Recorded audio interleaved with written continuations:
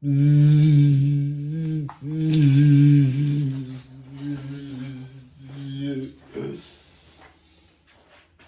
couple of days, eh? I've been rushed off my feet. Not enough hours in the day. This atlas, this thing that's coming towards us, is it AI atlas or something? Anyway, it has us, I say us, the science community, the astronomer community, anything to do with science and the stars. It's got us all a buzz. Spoken to NASA today. Can you believe it, right? They're convinced that this thing, it's, they've somehow, you know, with the James Webb Space Telescope, how it can zoom in on things like at a molecular level, obviously, and they're convinced this thing is venting carbon dioxide like there's no tomorrow. Like,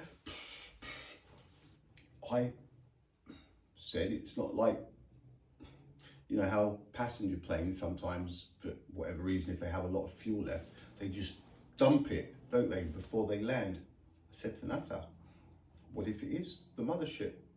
And what they think is carbon dioxide, Atlas is dumping fuel, getting ready to land on planet Earth. That's my input. Could see it all now, because it would start to slow down now, wouldn't it? December. All that momentum. And, or this, they say carbon dioxide, this is a horseradish detector. So I've been out there all day, like with both telescopes, just to see if it is indeed horseradish coming off of this Atlas, whatever it is. But we've never seen anything like it before. We've never seen anything like it before. This is coming from outside of our solar system, and it's venting, it's dumping carbon dioxide or horseradish. We don't know what's going on, do we? So it's been double busy, people. Double busy. I like to keep up with, I like to help. You know what I mean? I love to help. Plus, I'm told NASA I'm really good at detecting horseradish with this little dancer. Should see plenty of horseradish. Let's just hear a little bit of what they're saying. All right. The striking part. Even though the CO2 mass loss is large, the total amount is only enough to form a layer about 1 millimeter thick if spread across the entire 46-kilometer wide nucleus. Yet this thin layer is still sufficient to produce the massive gaseous cloud we observe. In other words, all the evidence points in the same direction. Riiight Atlas is unlike any comet ever seen in our solar system. And that is why we are a buzz. Its abnormal gas ratios, bizarre mass loss rates, dazzling brightness without a tail, all combine into a giant paradox. Could this be a primordial body carrying unknown materials never before encountered? Or, according to bolder theories, could it even be an artificial object disguised beneath a shell of frozen ice? Whatever the answer, one thing is clear. Riiight Atlas is redefining everything we thought we knew about the word comet. Now, like I said, this thing, as soon as I pointed it towards the area of the sky, it started picking up horseradish. But hard horseradish signals, like we've never seen anything like it before. I've never seen that needle go to dense horseradish so fast ever, and it's still a long way away. Still a long way away. When we look back at the two predecessors of Riiight Atlas, the differences are striking. Oumuamua was only about 200 meters long, so tiny that at first many thought it was just a wandering asteroid. The second interstellar visitor, Borisov, surprised astronomers with a nucleus measuring between 1 and 2 kilometers in diameter. Crazy. Already considered giant compared to many comets in our solar system. But when it comes to Riiight Atlas, all familiar scales collapse. Its nucleus is estimated at a staggering 46 kilometers across. And even in the most conservative case, if its surface reflectivity were far higher, reducing its size to around 10 kilometers, the idea that such a massive body could form and drift freely through interstellar space, escaping the gravity of any parent star system, is nearly impossible according to conventional natural models. This very data is what has tipped the balance further away from a purely natural origin. Professor Avi Loeb, a strong proponent of the artificial technology hypothesis, adds a compelling argument. He notes, an average human exhales about 1 kilogram of carbon dioxide per day. Meanwhile, Riiight Atlas is releasing 129 kilograms of CO2 every second, equal to the emissions of 10 million people. Imagine a colossal structure 46 kilometers wide. It could easily serve as a cosmic migrant.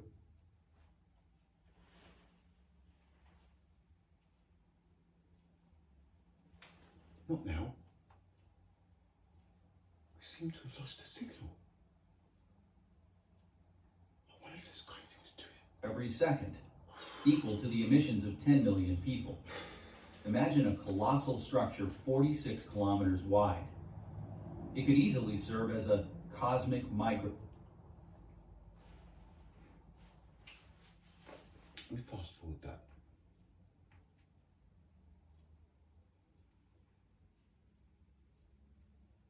Wow.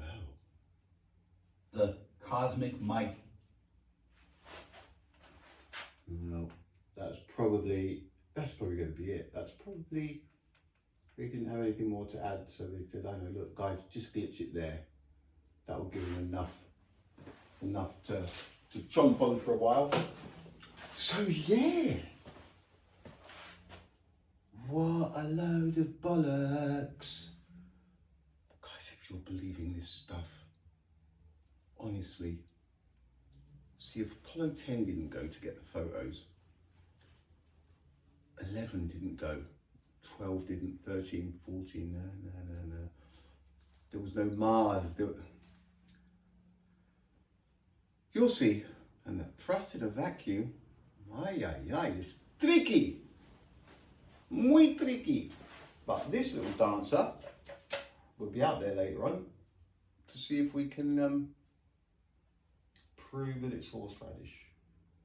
But until then, and did I mention about the climate? Holy smoke. So today and yesterday during the day, full on man-made climate change. Full on man-made climate change. We're talking hot, okay, this time of year, just out of the blue. And then as soon as the sun goes down, bang, we're back to the old climate. You know, just cold and, you know, and then maybe tomorrow morning, as soon as that sun comes over the horizon, over neighbour's fence, within an hour or two, bang, full on man-made climate change again. So it's been a pretty hectic couple of days. It's hard not to be with this Atlas thing coming, isn't it? Right. Now, this was just a quick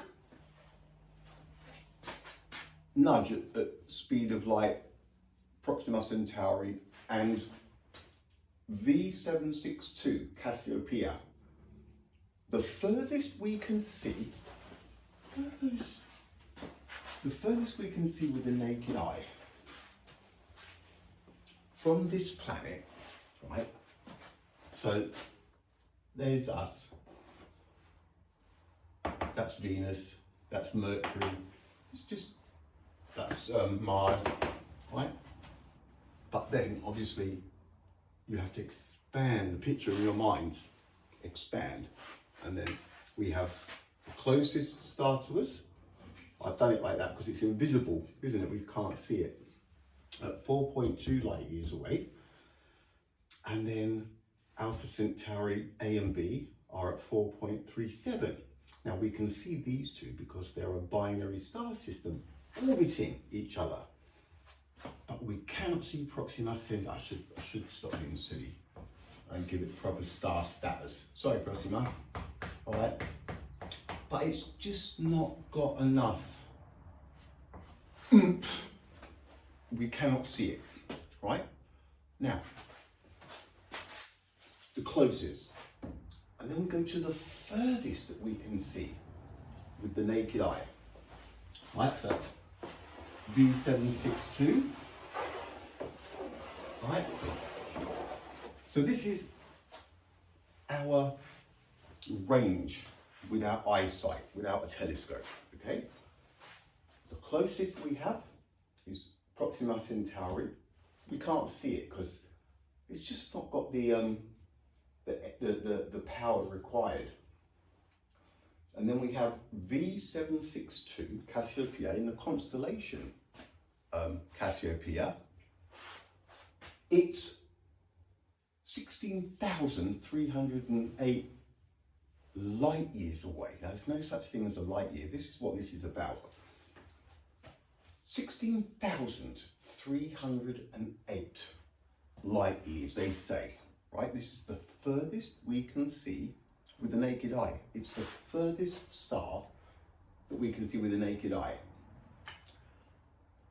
It's not a coincidence, it's just ridiculous, isn't it? The fact that they say that we can see in the night sky with the naked eye 2,500 to 3,000 stars.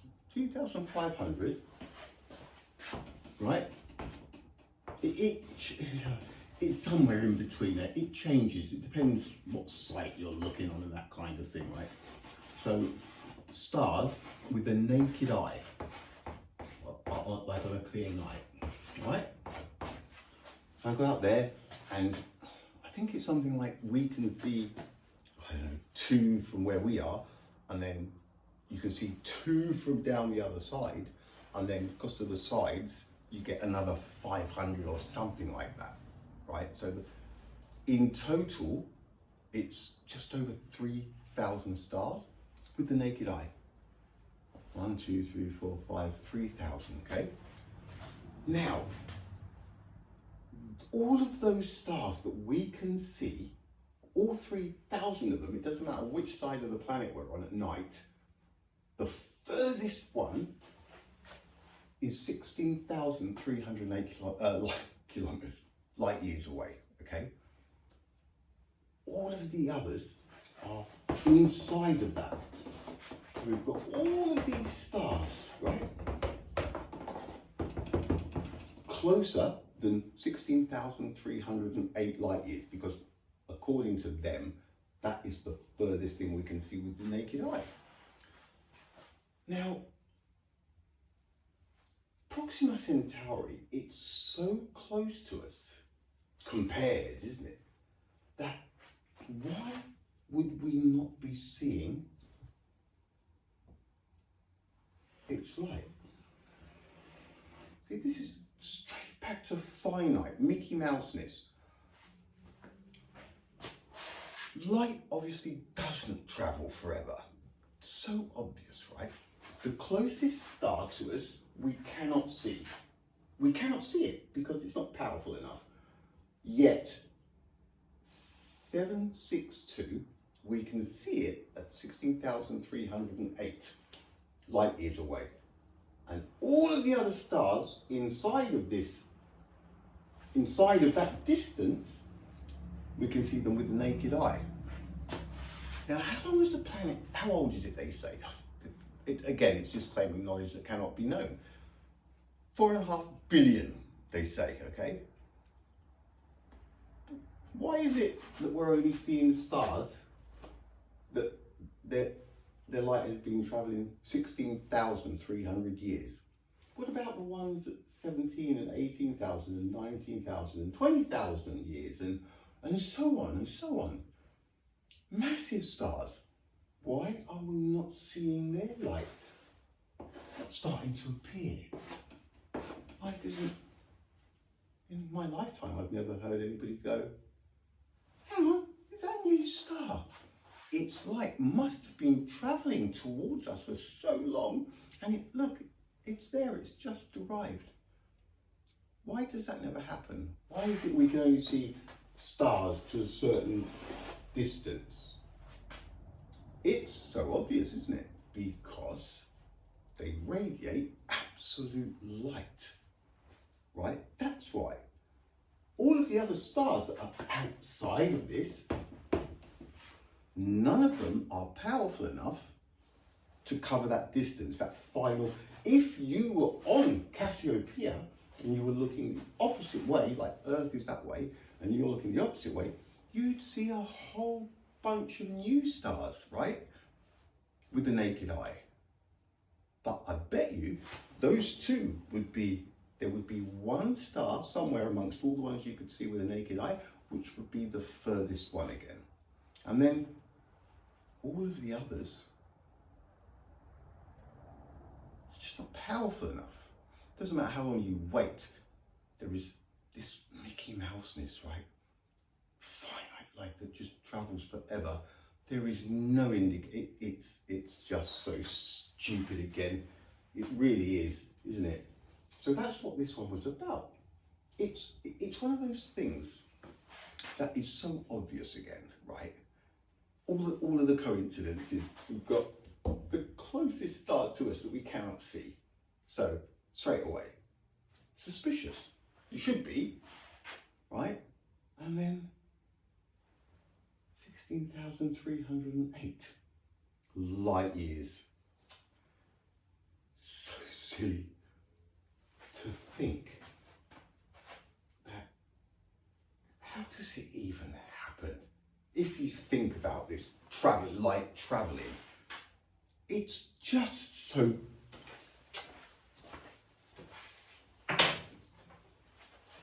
it does not matter how big or how small the object, you can never separate. This one's been playing up a bit since the kids had it. I don't know. Not now. Right, look, I'm not going to waste much time on this because I'm all about it. I want to have a look at Atlas again, see if it's dumping any more horse. What's going on here? Look, you cannot separate the actual light source from the light that it's radiating. You cannot separate the two. If it goes out, that disappears. The bigger they are, it's the same deal. The light will disappear.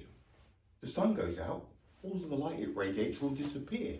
It's not going to be a case of the sun goes off and then dark spreads out at a rate of one of its darkness diameters every 4.6 seconds. And the darketh cometh, and nobody knoweth the sun is outeth, isn't it? And then 8 minutes and 20 seconds later, bang! What? No warning again? You can't just keep doing this to us, isn't it? It's just so stupid. Solar eclipse. The things, the sun, the moon shadow, and that beautiful sweet spot on planet Earth cannot all be lined up with finite light. It cannot happen. It's a paradox, right? It's a paradox. Like can't stop thinking about Atlas. It's closer. When I first started talking to you, about 10 minutes ago maybe, it's closer now. It's coming. But all the buzz, the horseradish express is what it should be called. It's dumping horseradish. It's a horseradish making machine. Let's see if there's any other ones. B762. Cat. What's happened here? Oh. Houston? Houston, we have a problem. Why am I contacting you? Unable to load requested page. Possible disruptions can be expected due to Atlas as carbon dioxide. Ah, it's not working. Right, look, something's happening. That's all this was tonight. I just wanted to touch base with that we're all a bit a buzz, And this is so stupid. Finite light, 8 minutes and 20 seconds to planet Earth. Oh, and guess what I bought at the Tennis Centre? Well, I haven't had a look yet. Diccionario enciclopédico, pero en español. So I've got a collection of encyclopedias because of the date, 1977. That's the first Spanish one. I could see that family going, come on, Dad, we might as well put them at the Tennis Centre. Somebody might have them and they'll go, who's going to want Spanish encyclopedias? Chico? I do. I saw them and zipped them up. So what I'm going to do is go through just a couple of things like luz, light, and sun, moon, and just see if there's anything that's been written differently. You know how they like flat Earth, sun over there, and round Earth over there, and no Earth over there, and a bit of this over there, and we'll tell this lot over there this, and then all of that lot, they'll think that. And then when they meet up in a few years, they'll fight, isn't it? So I'm just going to see, you never know. That's great, isn't it? See, that's one of the advantages of being bilingual. You can read in another language. So it wouldn't surprise me to see some things that are written about something with a few different changes to how it's written somewhere else. It really wouldn't surprise me. Anyway, yeah, back tomorrow with some more. I think it's going to be even closer tomorrow. So we're all abuzz, okay? If you see a lot of people acting weird, it's because we're all abuzz, because this thing is, it's like something, nothing that we've ever seen before. All right. Was there anything else? I really should make notes, shouldn't I, before I come up here? All right. God, the absurdities. And no evidence for them. Make sure you flush that. Relativity, mate. That's it. Give it the big one. That's it. Down she goes. All right. Later, peeps.